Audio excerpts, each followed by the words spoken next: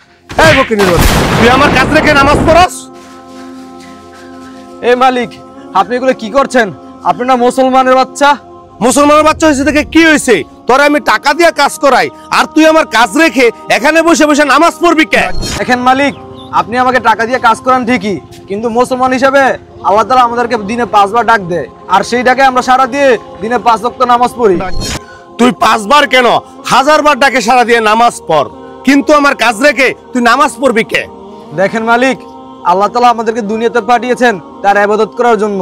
দুনিয়ার মায়া পড়ে তাকে ভুলে গেলে চলবে না। দেখেন মালিক, আপনাকে আমি আবার স্মরণ করে দিচ্ছি, আপনি আসছেন এই দুনিয়াতে মহান আল্লাহ তাআলার ইবাদত করার জন্য।